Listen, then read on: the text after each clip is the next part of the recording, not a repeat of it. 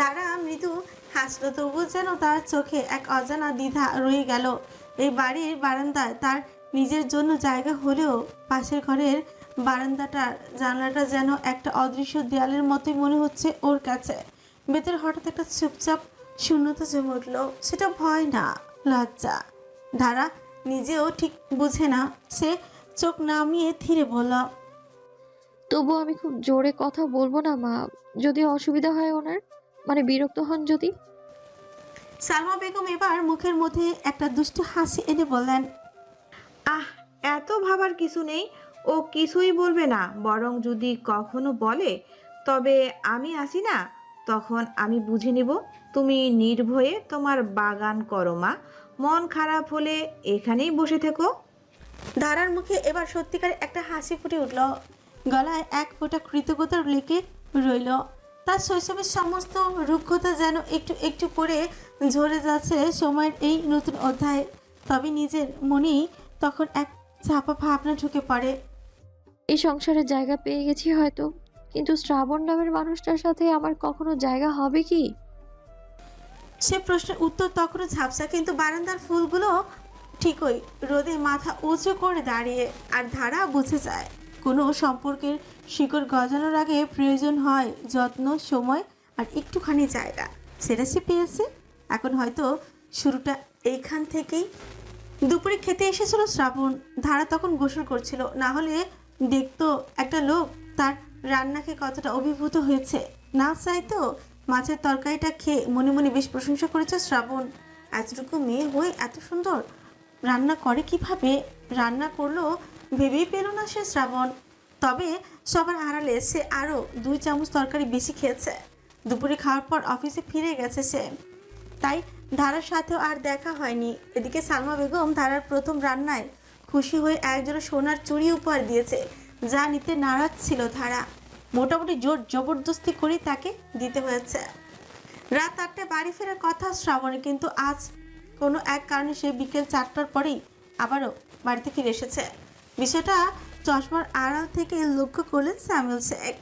তারপর নিজের স্ত্রীর দিকে ইশারা করে কিছু একটা বোঝালেন। যা বুঝার বুঝলেন সালমা বেগম। জগ থেকে ঠান্ডা পানি ঢাললেন তিনি।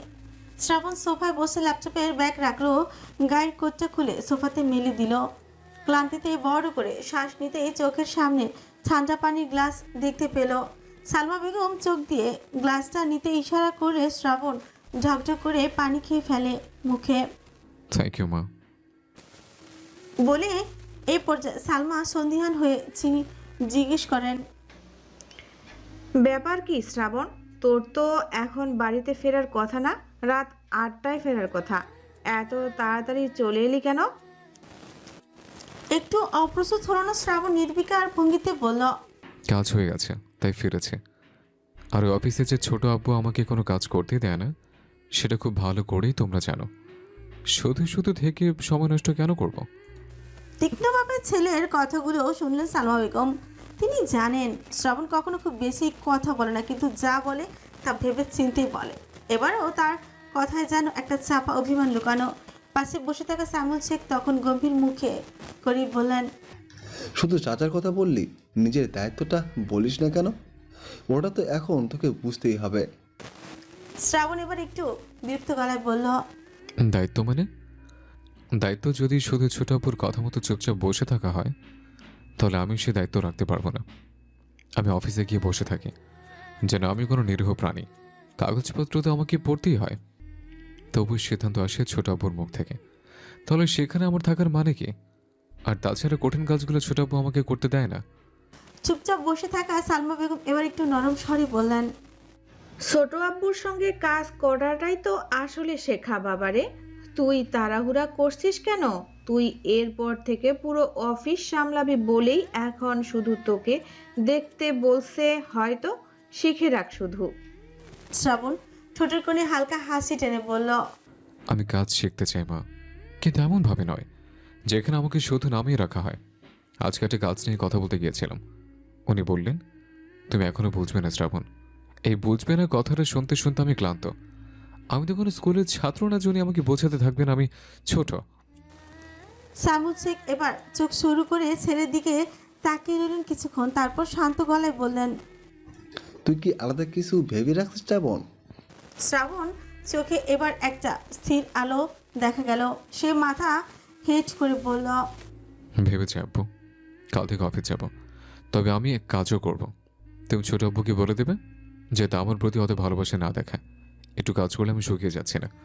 ছোট আব্বু অনেক ভালোবাসে আমায়, তাই তোমাকে দেখাতেই শুধু অফিসে থাকতে বলে। আর নিজের মতো কিছু করার ইচ্ছে আছে আমার। কাজের মর্যাদা চাই, সম্মানের সাথে শিখতে চাই।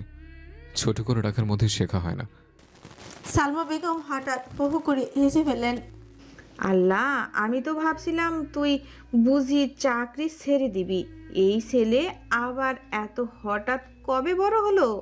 ভাবলাম হয়তো নিজের ব্যবসা ট্যাবসা নিয়ে কিছু ভাবছিস। সামিল চোখে হেসে ফেললেন, একটু যেন হালকা হলেন, কণ্ঠে প্রশ্রয় মেশানো সুরে বললেন, তুই যদি এসব ভাবিসও তা তো বা দোষ কি? আমরা কি তোর শত্রু যে তোকে ছোট রাখতে চাইব? কিন্তু যে গাছকে বড় করতে হয় তার আগা ছেটে দিতে হয় মাঝে মাঝে, বুঝলি? তোর ছোট আব্বুর অভিজ্ঞতা অনেক, সময় নিয়ে চিন্তা কর। শ্রাবণ মাথা নিচু করে শুনছিল, এবার ধীরে মাথা তুলে বলল, আমি বলছি আব্বু, কিন্তু মাঝে মাঝে আমার কেমন লাগে জানো? মনে হয় আমি যেন শুধু একটা ছায়া, যার কাজ বসে থাকার হাসি দেওয়া।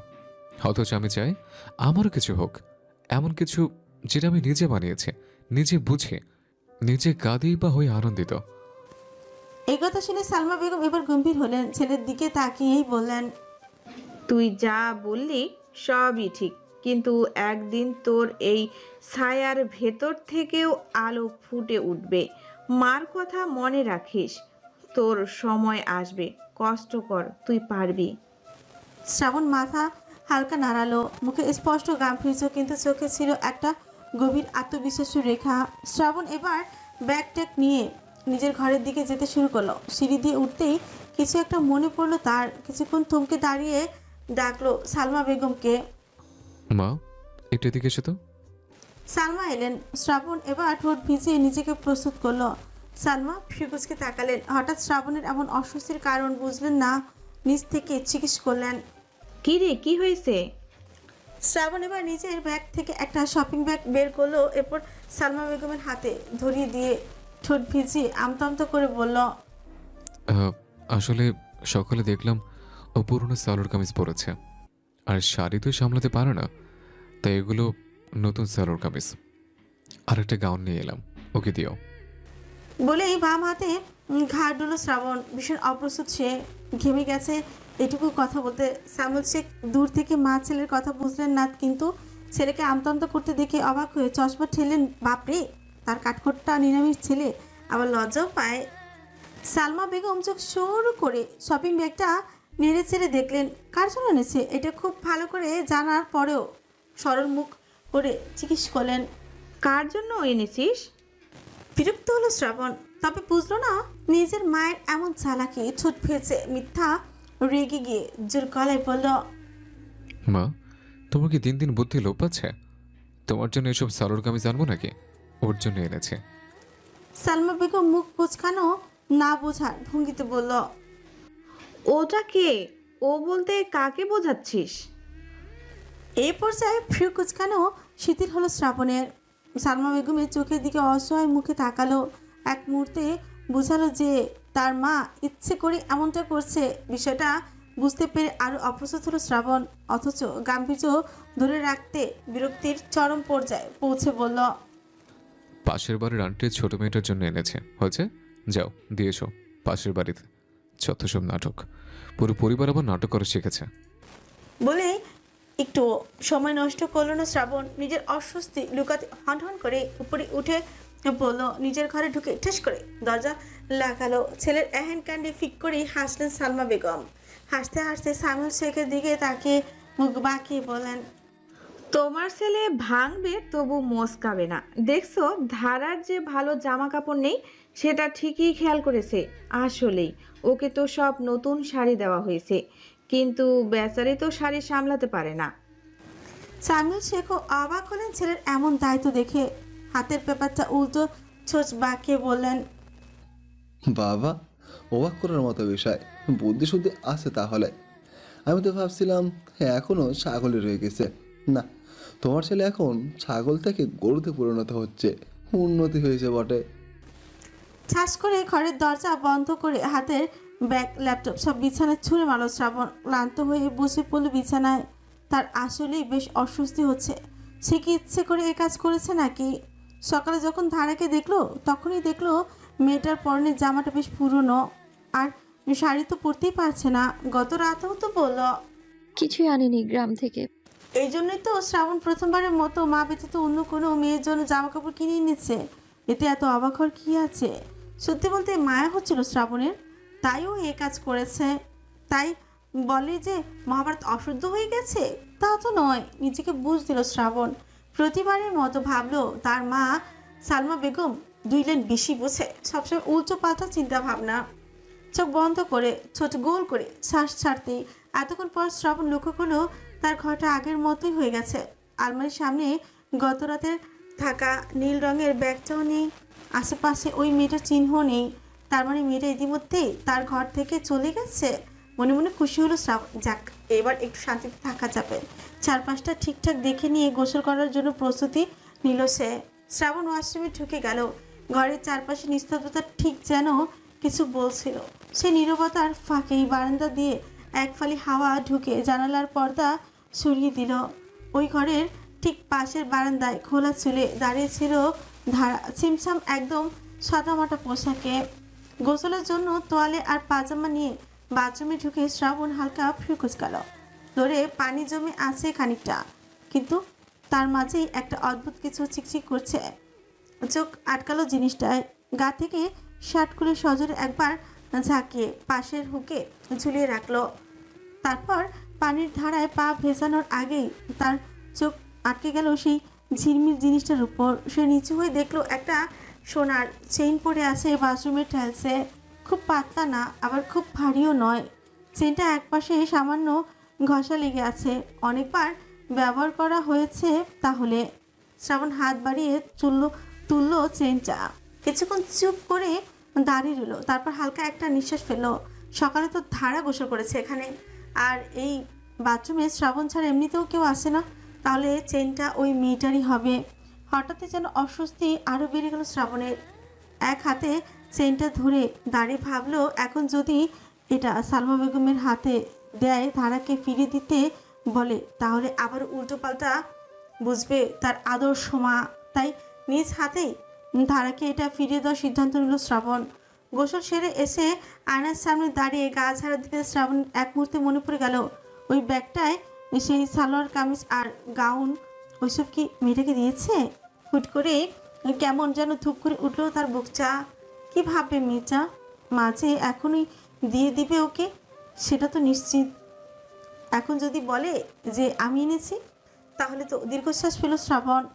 যা ভাবে ভাবুক গিয়ে, সে তো এনেছে, মায়া হয়েছে তাই। টি শার্ট গায়ে জড়াতে শ্রাবণের ঘরের দরজা টোকা পড়ল। শ্রাবণ, দরজা খোলতো, গোসল হয়েছে? সালমা বেগমের কণ্ঠ। শ্রাবণ একটা দীর্ঘশ্বাস ফেলে দরজা খুলে দাঁড়ালো। সালমা বেগমের হাতে এখনও শপিং ব্যাগটা দেখে ফ্রি কুচকাল শ্রাবণ। সালমার হাতে কাপড়ের ব্যাগটা বাড়িয়ে দিলেন। যা দিয়ায়, একেবারে নিজেই দিয়ায়, ঘরেই আছে ধারা। শ্রাবণ কপালে ভাঁজ ফেলে বলল, এত নাটক না করলে চলতো মা। তুমি দিলে কি সমস্যা? আমি কেন দিতে যাব? তুই নিজের হাতে দে, ও বুঝুক এটা কে দিয়েছে। আমি দিলে তো বলবেই মা দিয়েছে, আর তুই দিয়ে দিলে একটুখানি লজ্জা পাবে, বুঝলি? খুশি হবে মেয়েটা। যা।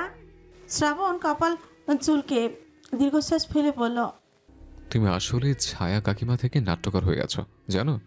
এসব বলছো নাকি মা? আমার কিন্তু আসলে ভালো লাগছে না। জোর করে কোনো কিছু হয় না। মেয়েটাকে অসহ্য লাগছে আমার। তুমি ইচ্ছে করে এমন করে কি ভাবছো? আমি মোটেই বউ ভেবে ওর জন্য এসব আনিনি। একটা মানুষ ভেবে মায়া হয়েছে তাই আনছি।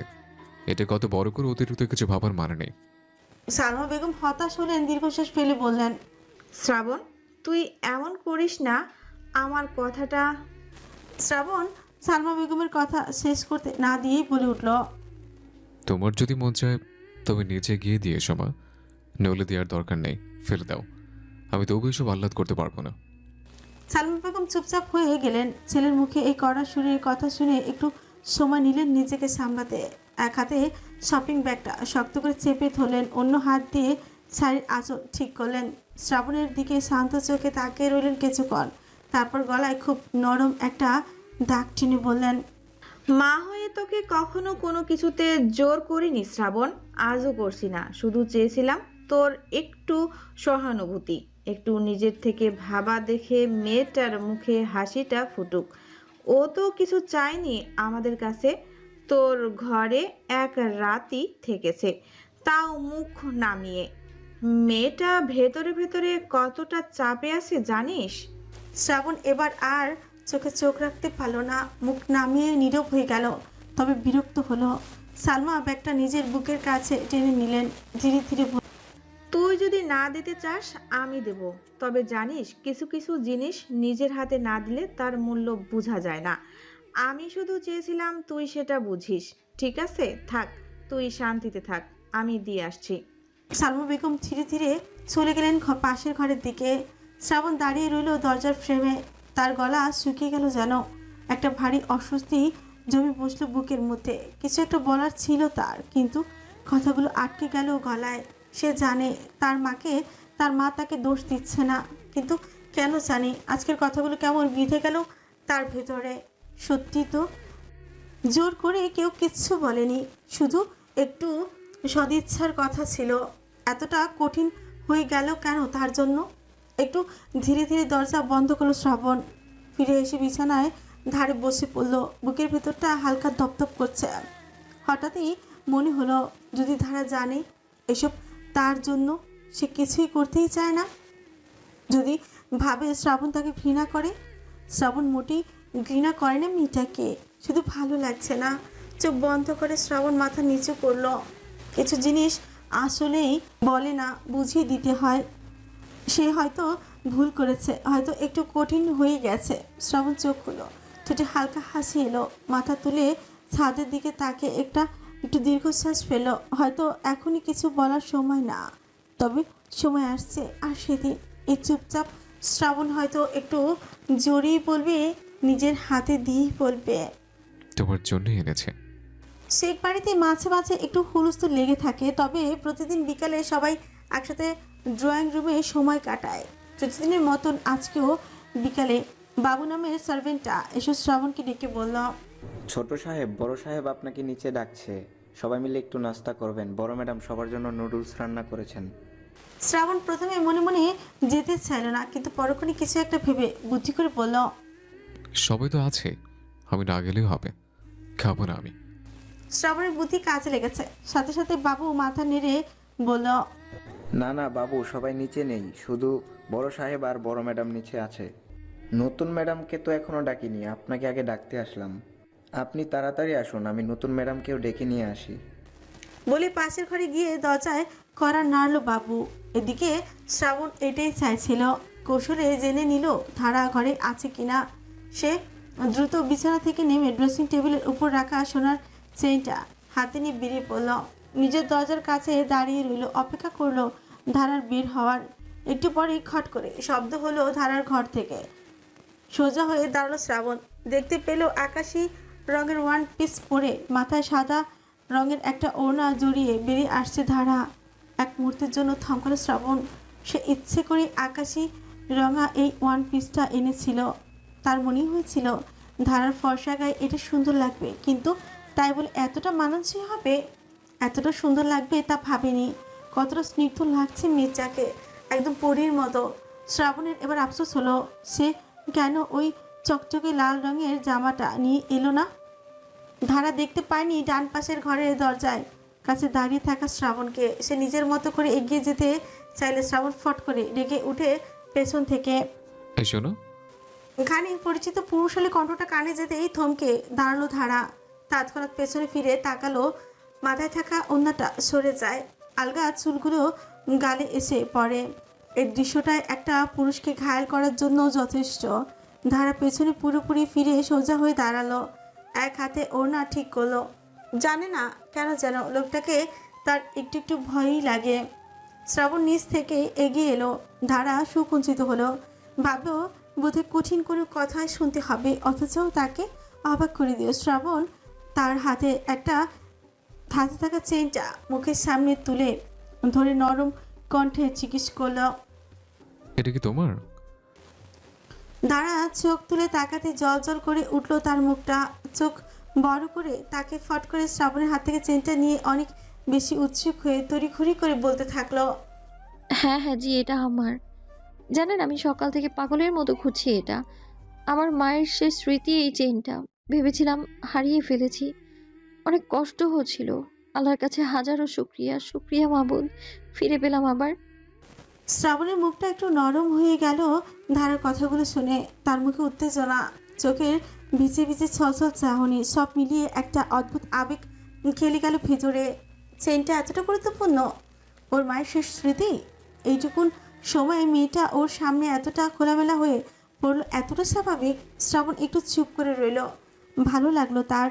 চেনটা হাতে নিয়েই যেভাবে ধরা দিয়েছিল, যেন কোনো দামি গয়না নয়, বরং সে নিজে কোনো জরুরি দায়িত্ব শেষ করেছে, আর সে দায়িত্ব এখন সম্পূর্ণ হয়েছে।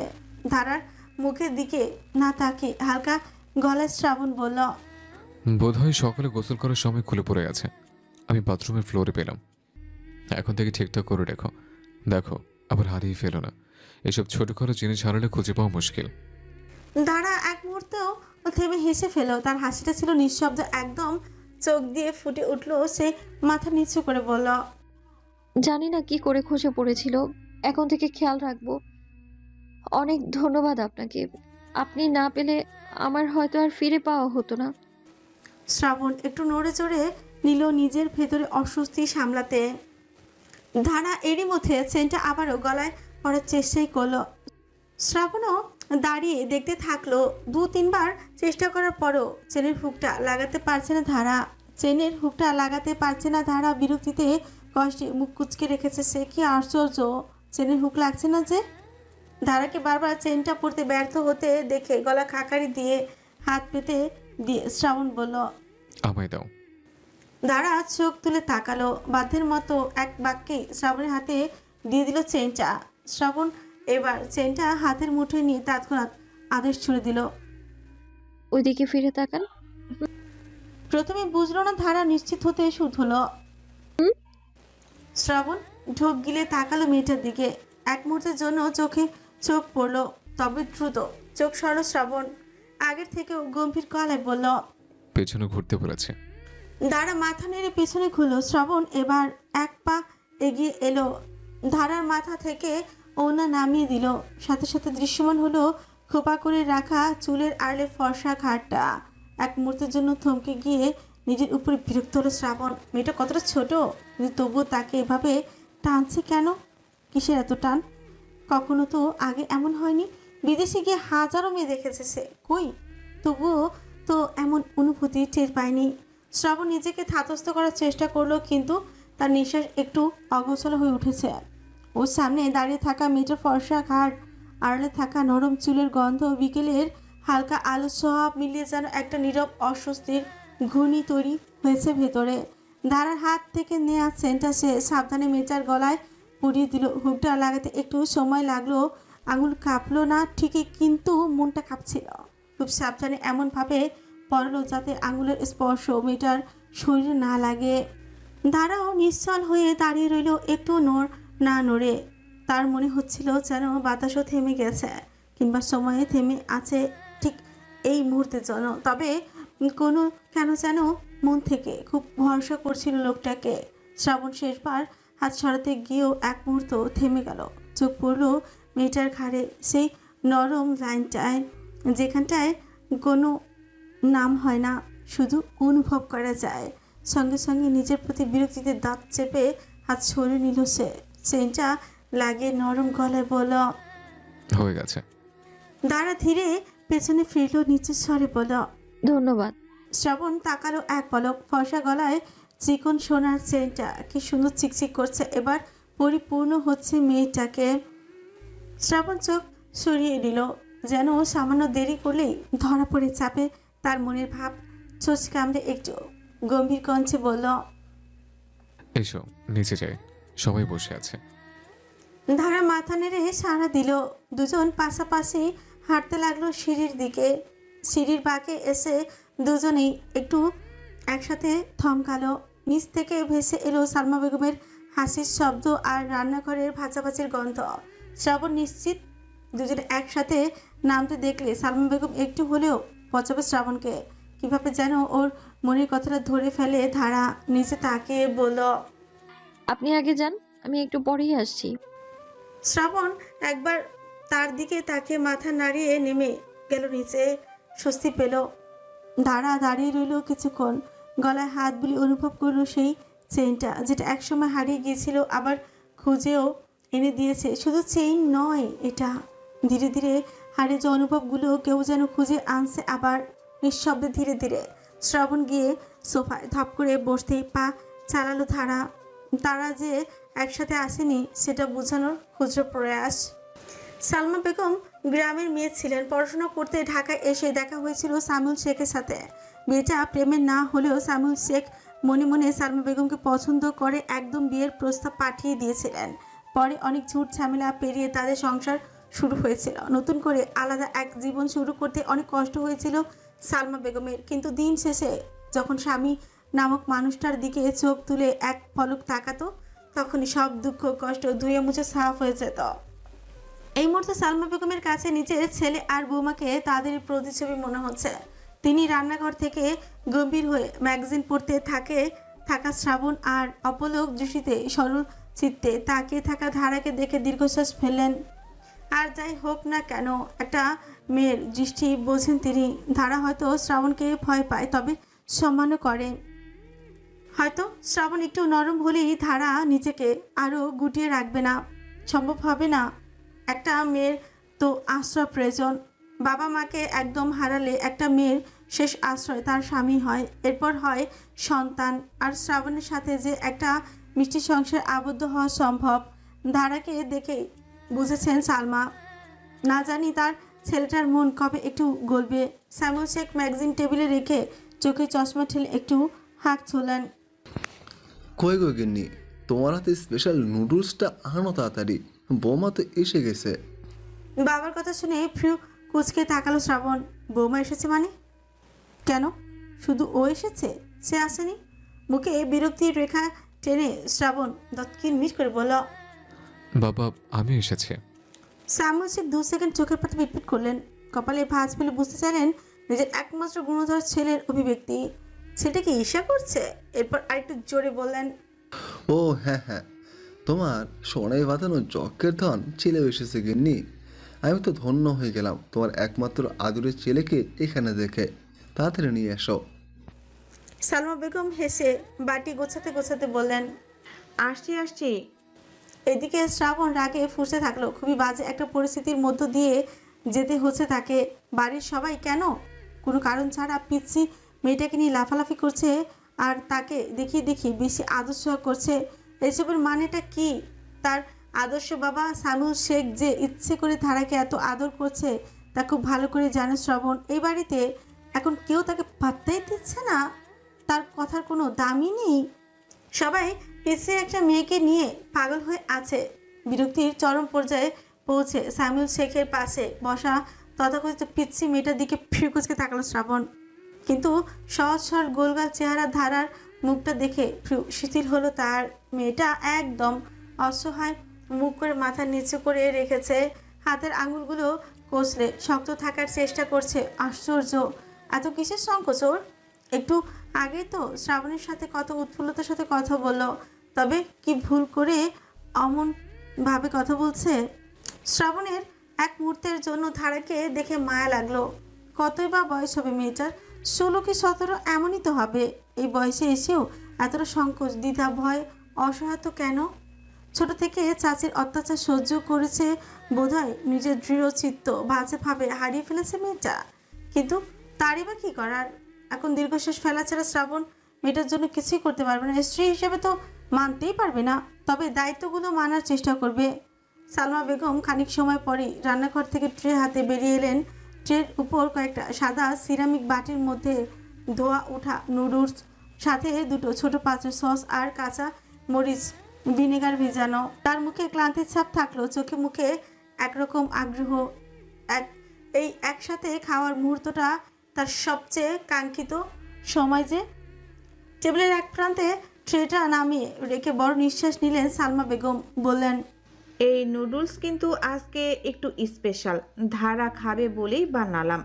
ভেজিটেবল কেটে কেটে হাত ব্যথা হয়ে গেল, তবে ওর মুখে হাসি দেখলেই ঠিক হয়ে যাবে। এই কথা বলে একবার চোরা চোখে ছেলের মুখের দিকে তাকালেন তিনি। শ্রাবণের চোয়াল শক্ত হয়ে গেছে, ঠোঁট চেপে বসে আছে সে। স্পষ্ট বোঝা যাচ্ছে মনে মনে গজ গজ করছে। সালমা বেগম ঠোঁট চেপে হাসলেন। আশ্চর্য, তার ছেলেটা কবে এমন হিংসিত হয়ে গেল। এদিকে ধারা একটু চমকে উঠল, তার মুখে লজ্জা আর বিস্ময় মিশ্র প্রতিচ্ছবি। সে ভদ্রভাবে বলল, মা, আমি বেশি খাবো না, অল্প একটু খাই। সালমা বেগম চোখ পাকিয়ে হেসে বললেন, একটু না, ঠিকঠাক করে খাবি। খেয়ে না ফেললে কিন্তু আমি রাগ করব। আর খেয়ে বল কেমন হয়েছে। তারপর ধারা সামনে এক বাটি এগিয়ে দিলেন। সামিউল শেখ তখন নুডলসের বাটির গন্ধ নিয়ে বললেন, উফ গিন্নি, তুই যদি এখন রেস্টুরেন্টে কাজ করতে তাহলে সেই রেস্টুরেন্টে আমি রিটায়ার্ড জীবন কাটিয়ে দিতাম। সালমা হেসে বললেন, তাহলে এখন থেকেই রোজের মেনু ঠিক করে ফেলুন মিস্টার শেখ। আর কেবল ঘ্রাণ নিয়েই প্রশংসা করা বাদ দিন, আগে খেয়ে দেখুন। শ্রাবণের রসকসহীন মুখ দেখে এবার সালমা হাসি আটকাতে পারল না। জোর করে এক বাটি তার সামনে এগিয়ে দিয়ে বললেন, এমন করে মুখ ঝুলিয়ে রেখেছিস কেন বাপু? তুই কি দিন দিন ছোট বাচ্চা হয়ে যাচ্ছিস? তোর জন্য তো রেঁধেছি, আজ আর বিরক্ত হবি না। খেয়ে দেখ, সত্যি দারুণ হয়েছে। শ্রাবণ মুখে কিছুই না বললেও চামচ হাতে নিল আর চোখে ধারাকে দেখলো। মেয়েটা কি যেন ভাবছে, কেন ওভাবে বাটির দিকে তাকিয়ে আছে। শ্রাবণ ফুরকুটি করে তাকিয়ে রইল। খানিকক্ষণ চুপ থেকে হুট করে ধারা মিনমিন করে বলে উঠল, এটা এটা খুব গরম। শ্রাবণ নিজের বাটির চামচ চালাতে চালাতে আরেকটু সুকুচকে তাকালো। সালমা বেগম এবার বললেন, কিছুক্ষণ নাড়তে থাকো মা, ঠান্ডা হয়ে যাবে। আর একটু গরম হলেই খেতে ভালো লাগে। ধারা বাধ্য মেয়ের মতো মাথা নাড়ল আর বাটিটাও কোলের কাছে রেখে অপলক তাকিয়ে রইল। শ্রাবণ বিরক্ত হচ্ছে, এভাবে কোলের উপর বাটি ধরে রাখলে কি ঠান্ডা হবে? সালমা বেগম এবার হুট করে কিছু একটা মনে করে পাশের বাসার কোনো এক ভাবির মেয়েকে নিয়ে আলোচনা করা জুড়ে দিলেন স্বামীর সাথে। বেচারা সামিউল শেখও কোনো উপায় না পেয়ে স্ত্রীর পাড়ার কাহিনী শুনতে থাকলেন। অনেকক্ষণ নিজের বাটিতে চামচ চালিয়ে ফু দিয়ে সহনীয় পর্যায়ে নুডলসটাকে আনলো শ্রাবণ। এরপর তীক্ষ্ণ দৃষ্টি তাকালো বাবা মায়ের দিকে। আপাতত সালমা বেগম বকবক করতে ব্যস্ত। তার সামিউল শেখও ইচ্ছের বিরুদ্ধে গিয়ে স্ত্রীর দিকেই তাকে মেকি হেসে হেসে কথা শুনছেন। সুযোগ পেল শ্রাবণ, আর চোখে ধারাকে এক পলক দেখে নি ফট করে ওর কোলের বাটিটা নিজে নিয়ে নিজের হাতের বাটিটা ধারার কোলে একই জায়গায় রেখে দিল। বিষয়টা এত দ্রুতই হলো যে কেউ টেরই পেল না। কিন্তু আকস্মিক ঘটনায় ধারা হতবিহ্বল হয়ে নির্বাক ভঙ্গিতে চেয়ে থাকলো শ্রাবণের দিকে। কারণ সেকেন্ডের মধ্যেই মেয়েটার হাতে থাকা বাটিটা ছিনিয়ে নিয়ে নিজের বাটি ধরিয়ে দিয়েছে শ্রাবণ শেখ। শ্রাবণ এবার ধারার বাটিটা আবারও নিজের বাটির মতো করে চামচ দিয়ে নেড়ে ফট করে খেতে শুরু করলো। এক চামচ খেয়ে ধারার দিকে তাকিয়ে ফ্রুকোজ গেল। ধারার দৃষ্টি দেখে বুঝলো মেয়েটা অবাক হয়েছে, তবে অবাক হওয়ার মতো কারণ খুঁজেই পেল না শ্রাবণ। ধারার গরম নুডলস খেতে পারছে না বলেই তো সে নিজেরটা সাথে এক্সচেঞ্জ করলো। এতে অবাক হয়ে হয়ে থাকার মানে কি? শ্রাবণ আবারও আলোচনায় ব্যস্ত। নিজের বাবা মার দিকে তাকিয়ে কণ্ঠ খাওয়াতে নামিয়ে ধারাকে বলল, হা করে তাকিয়েছো কেন? আমাকে দেখে কি নায়ক মনে হচ্ছে? ধারা অজান্তে যন্ত্রের মতো উপর নিচ মাথা নাড়ল, যার অর্থ হ্যাঁ। শ্রাবণ শিকুচকাতে ধারা ফটাফট ডানে বায় মাথা নাড়ল, যার অর্থ জোরালো ভাবে না, কোনোভাবেই না, এ হতেই পারে না। শ্রাবণ কিছুটা থতমতই খেয়ে আরেকটু সতর্ক কঞ্চে বলল, হা করে না থেকে চুপচাপ খাও, নুডলস ঠান্ডা করেই দিয়েছে। ধারা এরপর এক চামচ নুডলস মুখে নিল। আসলেই কিছুটা ঠান্ডা হয়েছে নুডলসটা, খেতেও ভালো লাগছে। শ্রাবণ আর চোখে খেয়াল করলো এবার মেয়েটা খেতে পারছে কিনা। কোনো কথা নেই কারো মুখে, নীরবতা নেমে এলো কয়েক মুহূর্তের জন্য। এদিকে সালমা বেগম নিজের আলোচনার ইতি টেনে বললেন, পাশের বাসার ভাবি এমন নাটক করছে যেন তার মেয়ে খুব ভালো বর পেয়েছে। ছেলেটাকে তো দেখলাম আমি, এক নাম্বারে ছেঁচড়া। দেখেই টিকটকার মনে হচ্ছে। না আছে গুণ, না আছে আচার আচরণ। এমন ছেলেকে কেউ কিভাবে পছন্দ করে বিয়ে করে ভেবেই পাই না বাবু। রিলেশন করে বিয়ে করে বোধহয় উদ্ধার করছে। সাইমন শেখ টেনে টেনে বলল। তোমার নিজের ছেলে বোধ হয় খুব ভালো। সালমা বেগম হতবাক হয়ে চোখ বড় বড় করে বললেন, অবশ্যই, আমার ছেলে তো হীরের টুকরো। এই ছেসরার সাথে তুমি কোন সাহসে আমার ছেলের তুলনা করছো? হ্যাঁ, আকাশ পাতাল তফাত। আমার ছেলের মতো ছেলে হয় না। সাইমন শেখ স্ত্রীর যুক্তিতে হার মানলেন। তারপর হঠাৎ ধারাকে উদ্দেশ্য করে বললেন, আচ্ছা বৌমা, বলো তো তোমার এই শাশুড়ি ছেলে কেমন? মানে ব্যয়িকভাবে এই গরুকে দেখে তোমার কেমন মনে হয়? ধারা চোখ বড় করে শ্রাবণের দিকে তাকালো। শ্রাবণ তখন নিচু গলায় কাশলো। বোঝা যাচ্ছিল এবার রেগেই উঠবে। শেষমেশ তার বাপ এই মেয়েটার সামনেও তাকে গুরু বলল, কিন্তু সবাইকে অবাক করে দিয়ে ধারা হেসে ফেলল। এরপর নিজেকে ধাতস্থ করে নরম গলায় বলল, না, মানে আমি কিভাবে বলি? আমি তো সাইমন শেখ মাঝপথে থামিয়ে মুখ কুচকে বললেন, আহা, বলো না। এক পলকে দেখে তোমার কেমন মনে হয়? শুধু বলো, ভালো নাকি খারাপ, এক শব্দে জবাব চাই। সালমা বেগমও দৃঢ় চিত্তে মাথা নাড়লেন। তারও জানা চাই। ধারার মনে হলো কেউ তাকে পৃথিবীর সবচেয়ে কঠিন প্রশ্ন ছুড়ে দিয়েছে। চামচ ধরা হাতটাও কেঁপে উঠছে, কাঁপছে। এবার সে ভীতনয়নে তাকালো শ্রাবণের দিকে। শ্রাবণ মুখ নামিয়ে রেখেছে বাটির দিকে। চামচ ধরা হাতটা অকারণেই নুডলসে চালাচ্ছে। সেও আর চোখে একবার ধারার দিকে তাকালো। মেয়েটা কি তাকে খারাপ বলবে? যদি ভুল করেও খারাপ বলে তাহলে নুডলস ঠান্ডা করে দেয়া বাটিটা ফিরিয়ে নিবে বলে সিদ্ধান্ত নিল শ্রাবণ। সালমা বেগম ভাবলেন ধারা হয়তো খারাপই কিছু বলবে, অথচ সবাইকে অবাক করে দিয়ে ধারা মিনমিন করে বলল, ভালো, জি ভালো। ঘরে এক মুহূর্তের জন্য নিস্তব্ধতা। সালমা বেগম আর সামিউল শেখ চোখাচোখি করে হাসলেন। সালমা তো গর্বের সাথে চোখ পাকালেন নিজের স্বামীকে। শ্রাবণ থামলো, চামচ মাঝপথে স্থির। কেন সে জানে না, তবে তার মধ্যে ভালো লাগা কাজ করেছে। স্বস্তির শ্বাস ফেলছে অজান্তেই। ধারের মুখে হালকা একটা সরল হাসি, একটা নির্ভেজাল প্রশংসা, যেন কোনো প্রত্যাশা নেই, কেবল যা দেখেছে তাই বলেছে। শ্রাবণের সাথে এবার চোখে চোখ পড়ল ধারার। কয়েক সেকেন্ডের জন্য সেই অপলক দৃষ্টির ভেতর যেন কিছু একটা নড়ে উঠল তার ভেতরে। তারপর সে মুখ ঘুরিয়ে নিল, কিন্তু তার গলায় এবার কোনো বিরক্তি ছিল না, শুধু এক টুকরো নরম দীর্ঘশ্বাস। সালমা বেগম এবার হুচ করে ধারার দিকে তাকিয়ে বলে উঠলেন, আরে মাশাল্লাহ, আমি তো এতক্ষণ খেয়ালই করিনি ধারাকে কত সুন্দর লাগছে। হ্যাঁ রে শ্রাবণ, তুই এসব ড্রেস আরো কয়েকটা এনে দিস তো, তোর পছন্দ আছে বলতে হবে। নুডলস খেতে থাকা ধারা এবার কেসে উঠল। শুধু তারই নয়, বেচারা শ্রাবণেরও বিষম লেগে গেছে। বাজে অবস্থা, শোচনীয় পরিস্থিতি। নাকি একসাথে দুজনকে বিষম লেগে কাশতে দেখে কোনো মতে হাসি আটকে রাখলেন সামিউল শেখ। শ্রাবণও অবাক হয়েছে ধারাকেও কাশতে দেখে। সে কোনো মতে বুকে হাত দিয়ে পানি খেলো। ধারাও শ্রাবণের দেখা দেখি পানি খেলো। তবে অবাক হয়েছে মেয়েটা, কারণ সে আসলেই জানতো না যে শ্রাবণ তার জন্য জামাগুলো কিনে এনেছে। লোকটা তার জন্য জামা কিনেছে। বিষয়টা হুট করে শুনে বুঝে নিতে পারেনি ধারা, কারণ ড্রেসগুলো আসলে খুব সুন্দর। অবস্থা স্বাভাবিক করতে সামিউল শেখ কিছু একটা মনে করার ভঙ্গিতে বলে উঠলেন, ও ভালো কথা। শ্রাবণ শোন, আগামী 7 দিন তোর আর অফিস যেতে হবে না। কয়েকদিন আগে এই কথা শুনলে শ্রাবণ খুশিতে লুঙ্গি ডান্স দিত, কিন্তু এখন পরিস্থিতি ভিন্ন। এখন বাইরে না গিয়ে বাড়িতে থাকা মানে পিচ্ছি মেয়েরা আশেপাশে থাকা। মেয়েটাকে চোখের সামনে দেখলে অস্বস্তি হচ্ছে শ্রাবণের। তাই ফ্রিগুজকে বলল, কিন্তু কেন? আমি মোটেই বাড়িতে বসে থাকবো না বাবা। সামিউল শেখ এক গ্লাস পানি খেয়ে বললেন, কথাটা শেষ করতে দাও। আমি বলেছি অফিসে যাবে না, কিন্তু বাড়িতে বসে থাকবে তা তো বলে নে বাপ। ধারাও এবার উৎসুক হয়ে নুডলস চিবাতে চিবাতে তাকালো সবার দিকে। ব্যাপারটা সেও বুঝতে আগ্রহী। শ্রাবণ ভ্রুকুচকে জানতে চাইল।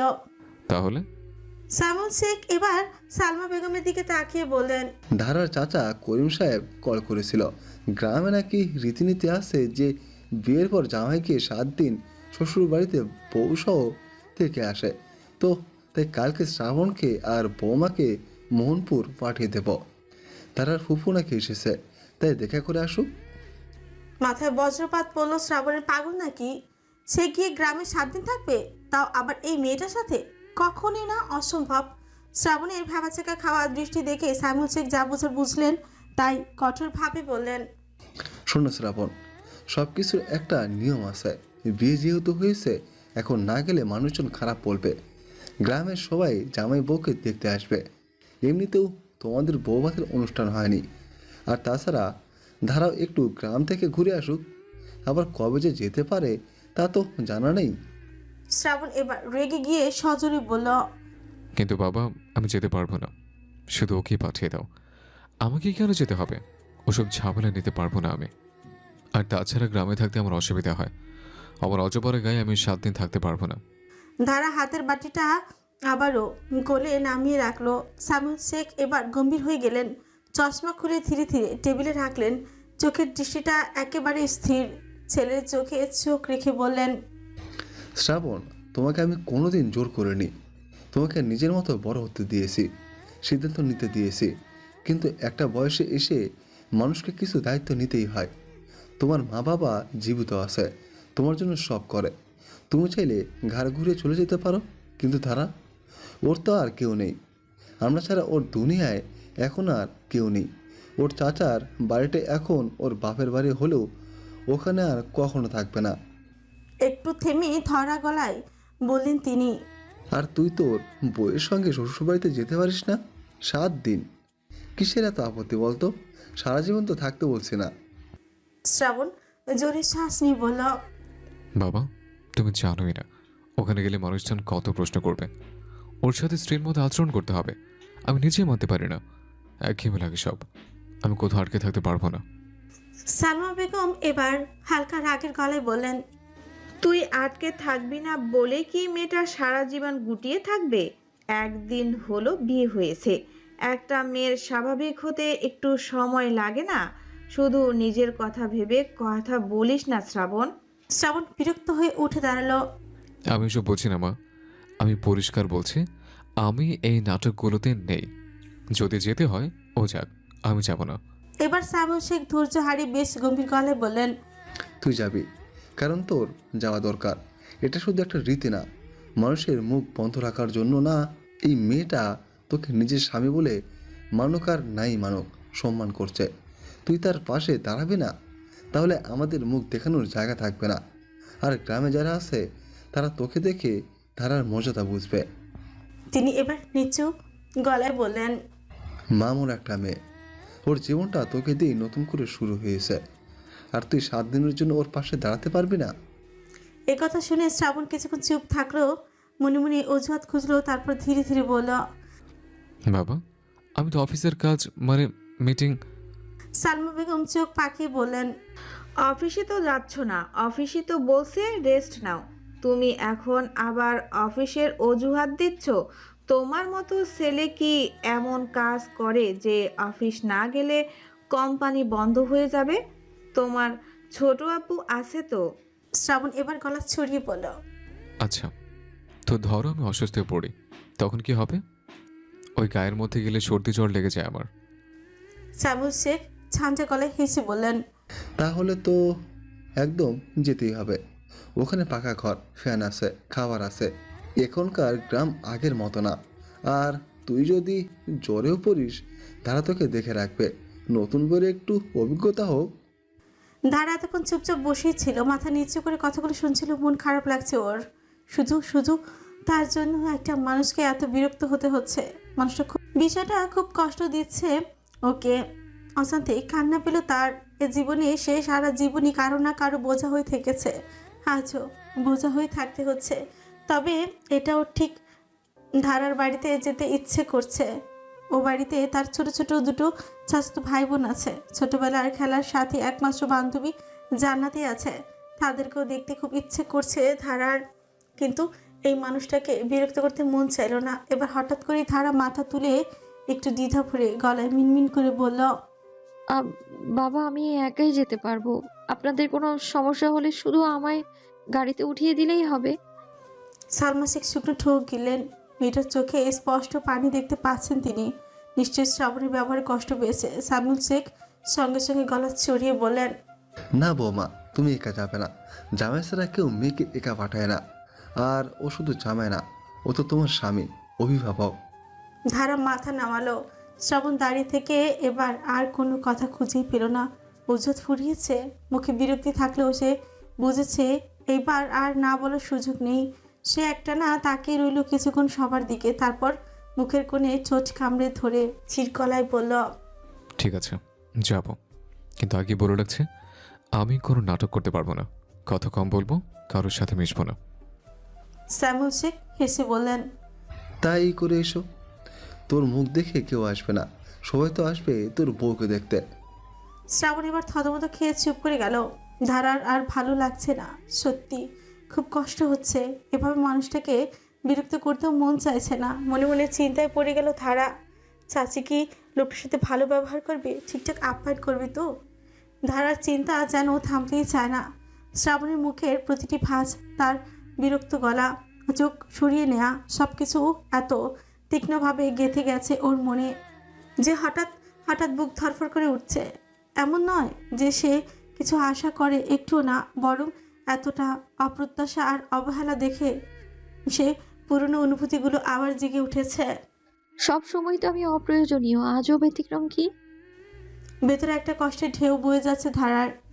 সালমা বেগম সবই বুঝলেন একটু পর। তিনি ওর পাশেই এসে বসে ওর মাথায় হাত রাখলেন। শান্ত কণ্ঠে কানের কাছে গিয়ে বললেন, মন খারাপ করিস না মা, সব ঠিক হয়ে যাবে। শ্রাবণ রাগী স্বভাবের ছেলে, কিন্তু খারাপ না। সময় লাগবে শুধু। আর তুই তো তোর চাচাতো ভাই বোনদের দেখতে পারবি। জান্নাতি তোকে দেখে কত খুশি হবে রে। তোকে দেখে ওর মুখে হাসি ফুটবে।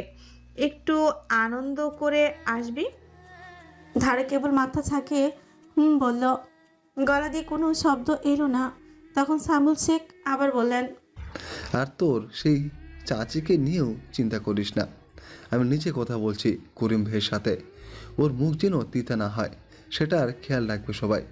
আর তুই চিন্তা করিস না, আমি প্রতিদিন ফোন করে তোর খোঁজ নেব।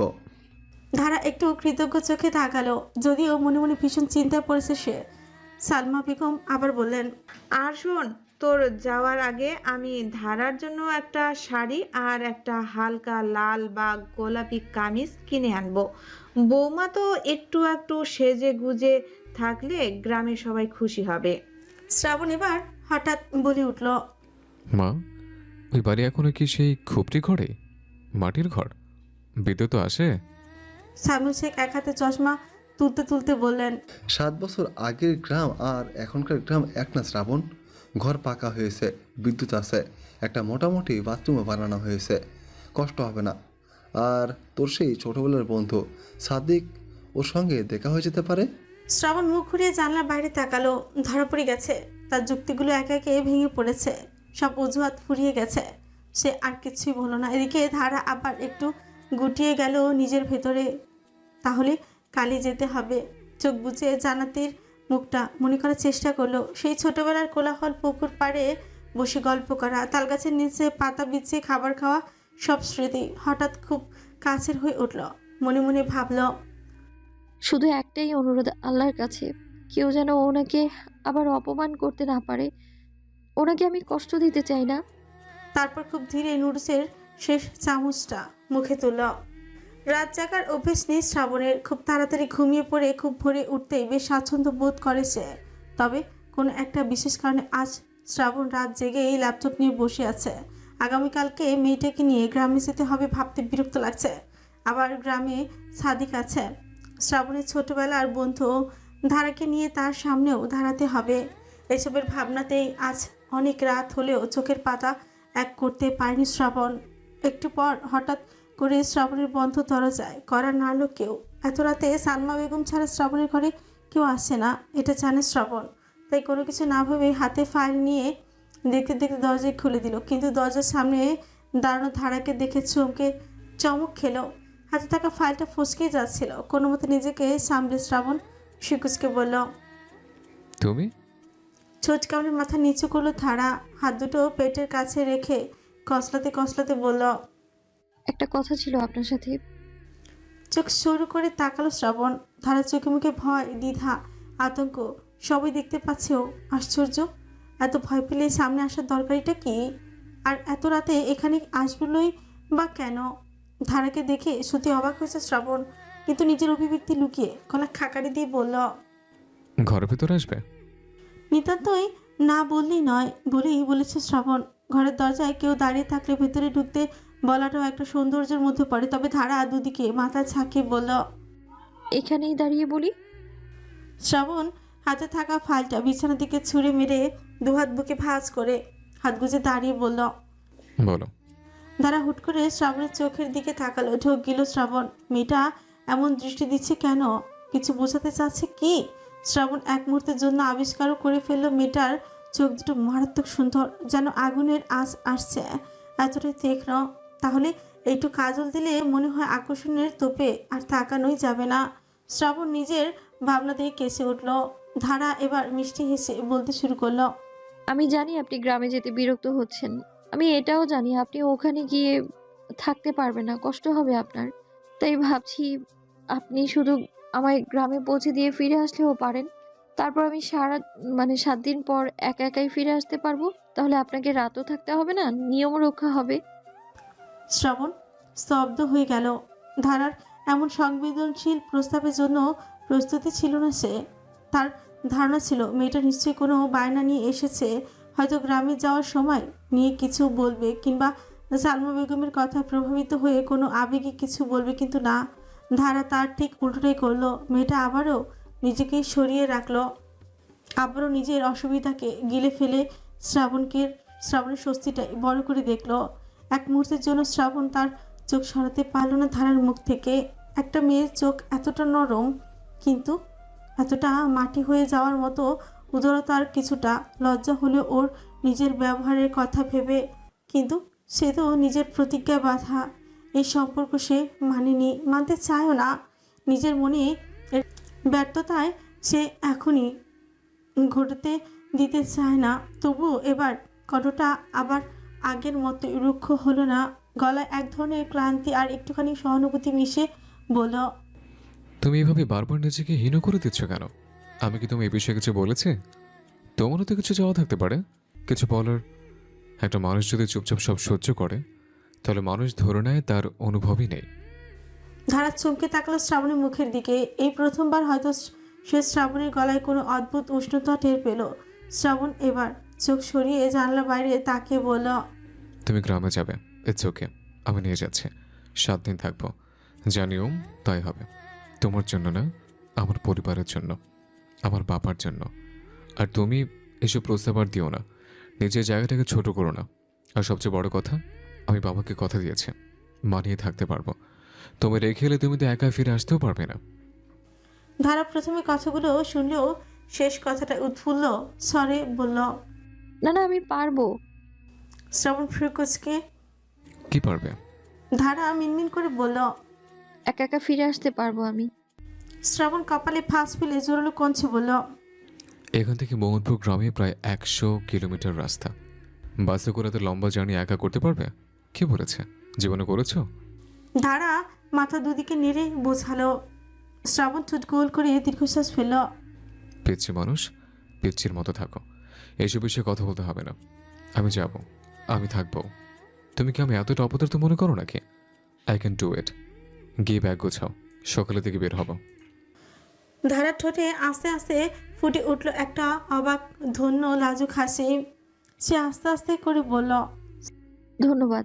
আমি শুধু এতটুকুই বলার জন্য এসেছিলাম। আর হ্যাঁ, আপনি কাজ করুন, আমি যাচ্ছি। শ্রাবণ এবার ফ্রিকুচকে বলল। এতটুকু? এত রাতে এসেছিলে আর এতটুকুই বলবে? ধারা একটু ইতস্তত করে তারপর নিচু গলায় বলল। 1 কাপ চা বানিয়েছিলাম। আপনি তো রাত জেগে আছেন, তাই ভাবলাম। শ্রাবণের চোখ এবার একটুখানি বিস্ময়ে বড় হয়ে গেল। এসব কি নিজ থেকে করছে, নাকি কেউ বুদ্ধি দিয়েছে ভেবেই পেল না শ্রাবণ। সে কিছু না বলে খানিকক্ষণ তাকিয়ে রইল মেয়েটার দিকে, তারপর ধীর গলায় বলল। চা এনেছ? ধারা ঠোঁট চেপে মাথা নেড়ে বলল। বাইরে রাখা আছে, চাইলে নিয়ে আসি। শ্রাবণ এবার আস্তে করে একটা দীর্ঘশ্বাস ফেল, তারপর বলল। না থাক, আমি নিজে আসছি বাইরে। শ্রাবণ মোটেও চা খায় না, কফি খেয়ে অভ্যস্ত সে। চা দেখলেই কাক গুলিয়ে ওঠে। তবে কেন যে ধারা চা বানিয়েছে সে খেতে চাইলো কে জানে। সে চাইলেই বলতে পারতো, আমি চা খাই না। তবুও বললো না কেন। এই কেনর উত্তর শ্রাবণ খুঁজেও পেল না, তবে বলতে ইচ্ছে করছিল না।